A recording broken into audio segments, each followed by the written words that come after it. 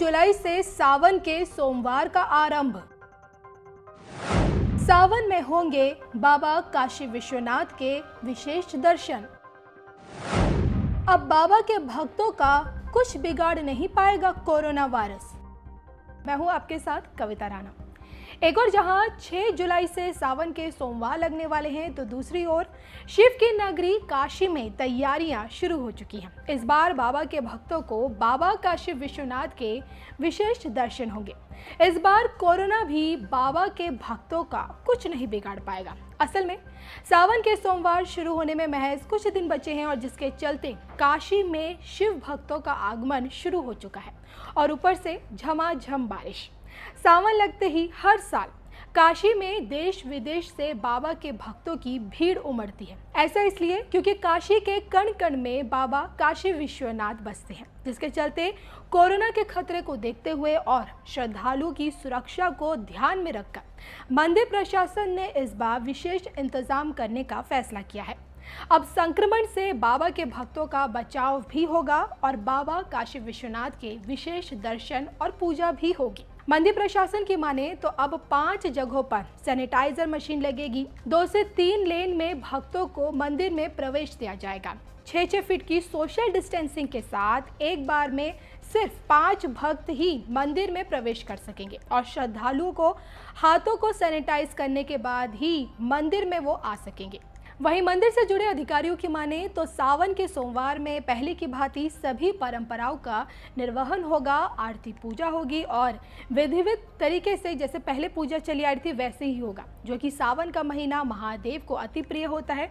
तो इस दौरान की गई पूजा विशेष फल देती है, और इसलिए सावन के पहले सोमवार को भगवान शंकर का श्रृंगार होगा, दूसरे सोमवार को भगवान शंकर और पार्वती का, तीसरे सोमवार को अर्धनागेश्वर का श्रृंगार होगा, और अंतिम सोमवार के दिन बाबा का रुद्राक्ष श्रृंगार होगा। वहीं पूर्णिमा के दिन बाबा के भक्त भगवान शिव, मां पार्वती और गणेश की चल प्रतिमाओं के झूले श्रृंगार का दर्शन कर सकेंगे। इतना ही नहीं, भक्तों की सुविधा के लिए मंदिर परिसर में मेडिकल कैंप की व्यवस्था भी की जाएगी। वहीं मंदिर प्रशासन ने साफ साफ कह दिया है कि संक्रमण के खतरे को देखते हुए मंदिर परिसर को 6-6 घंटों में सैनिटाइज किया जाएगा। इसके लिए मंदिर कर्मचारियों को स्पेशल ट्रेनिंग दी जा रही है। जगह जगह फ्लैश बोर्ड लगाए जाएंगे, टॉयलेट की व्यवस्था होगी, और भक्तों को मास्क लगाना बेहद अनिवार्य होगा।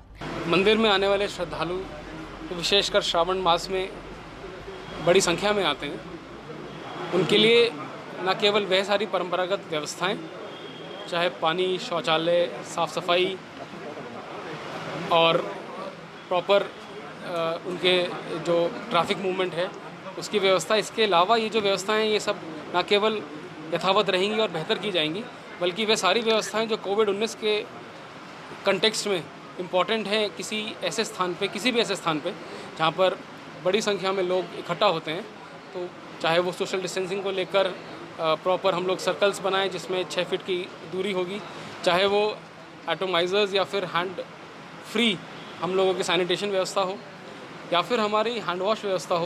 ये सारी व्यवस्थाएं हम लोग इंश्योर करेंगे जिससे कि हमारे वो सारे प्रोटोकॉल फॉलो हों जो कोविड-19 के दृष्टिगत इम्पॉर्टेंट है। देखिए, चूँकि आप लोग जानते ही हैं कि जो दर्शन की जो फ्रीक्वेंसी है, चूँकि बहुत लिमिटेड टाइम रहता है, बहुत सारे श्रद्धालु होते हैं, तो उसमें निमित्त मात्र और अपनी श्रद्धा करने के हिसाब से ही फास्ट मूव करवाया जाता है। और इसमें हम लोग कोशिश करेंगे कि जिस प्रकार से हमारा श्रद्धालु है, भीड़ है, उसी प्रकार से उसकी जो फ्रीक्वेंसी है हम लोग कम भर्ती करते रहेंगे। दर्शनार्थियों का जो फ्लो है वह यथावत रहेगा।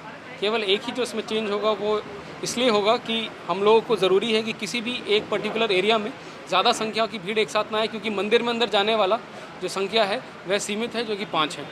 अतः इसी को जोनवार जो ट्रैफिक है और पुलिस प्रशासन है वह इसको डिवाइड करेगा, और मिनिमम इसमें 2 से 3 जोन सर्कुलर उसमें कॉन्सेंट्रिक सर्कल्स में रहेंगे, जिससे कि हम लोग सोशल डिस्टेंसिंग के जो नॉर्म्स हैं वो पूरे एरिया में श्रद्धालुओं के लिए मेंटेन कर सकें। मंदिर के परिसर में और मंदिर के आसपास भी हम प्रति 6 घंटे में सोडियम हाइपोक्लोराइड से जो नॉर्म है उसको हम लोग सभी वो जगहों पर जहाँ पे भी कॉन्टैक्ट डायरेक्ट या इनडायरेक्ट होगा वहाँ पर हम इंश्योर करवाएंगे।